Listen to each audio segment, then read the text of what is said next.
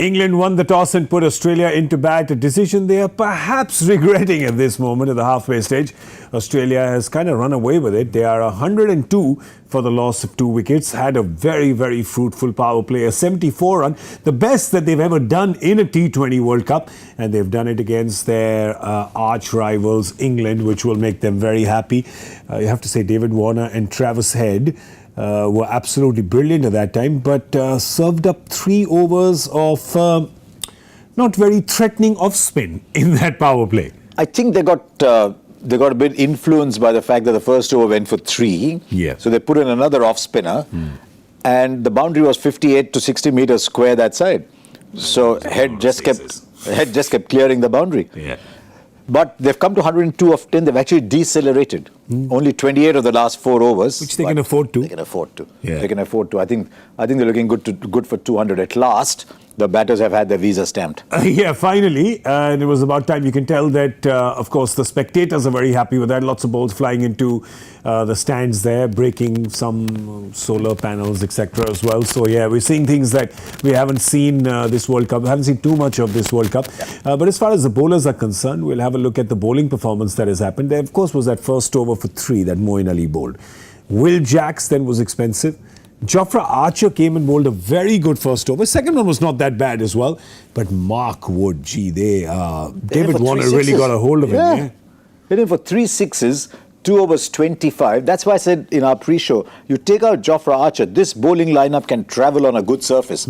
So I won't be surprised because they've got Stoinis to come, they've got Matthew Wade to come, Tim David to come. I won't be surprised if they go past 200. For England, though, what is the best chance here? Jofra Archer looking like the best chance here to get some wickets. But they like him at the back, so they'll try and go with Wood and Rashid through the middle and hold a bit of 2 overs of Archer and 2 overs of Chris Jordan at the back. Meanwhile, of course, we keep talking about David Warner being towards the end of his career and maybe he's going to play the anchor role. David Warner goes, what? Anchor? Who? Me? Huh?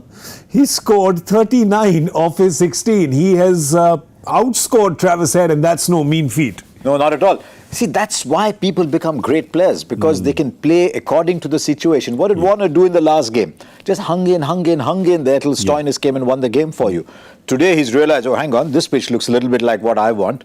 So he's gone boom, boom from the start. Yeah. Predicting what's likely to happen in this T20 World Cup is a lot more difficult than answering the joy factor. That's true. You have no clue what it's going to do. Yeah. But I can tell you that today Glenn Maxwell has made up his mind. It's very clear to see he's made up his mind that he is going to stay. He's a squatter today, isn't he? He's not one of those check-in late at night and leave early morning. He's a proper squatter today. He's decided. Can the leopard change its spots? Stripes. We'll wait and see. Yeah, but I mean, he tried though. He tried. He's been trying to get it away. But you obviously... But he's always he's always a better batter when he gives himself those 5 or 6 balls. Sometimes he thinks giving himself 5 or 6 is a luxury. No, it isn't, because he makes it up so easily. Yeah. 200 on the cards for sure. I think they should believe they can get 200 unless it just starts slowing up the track. Yeah, but at this point in time, it's pretty much going the batters way. Australia definitely in control of this game.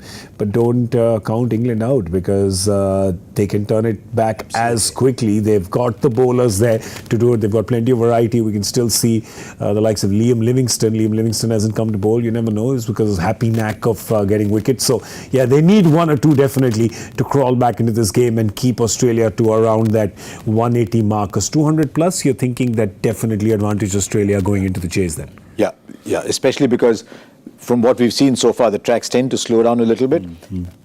These are day games, so the tracks tend to slow down a little bit. It's sometimes for us here, say it's a day game. Yeah. Suddenly I said it's a day game. I said, what are you saying? Oh, no, it's a day game. Feels weird. But of course, the good thing about a day game is that there's no dew. Yes. It is a later day game, which is why we are going to be here till about 2 o'clock in the morning. But we don't mind. It's cricket. We love it. So we're going to see you then. We're going to wrap up the Comm Box right now. I'm going to see you on Cricbuzz Live as soon as this Australia batting is done. So do join us then. Bye for now.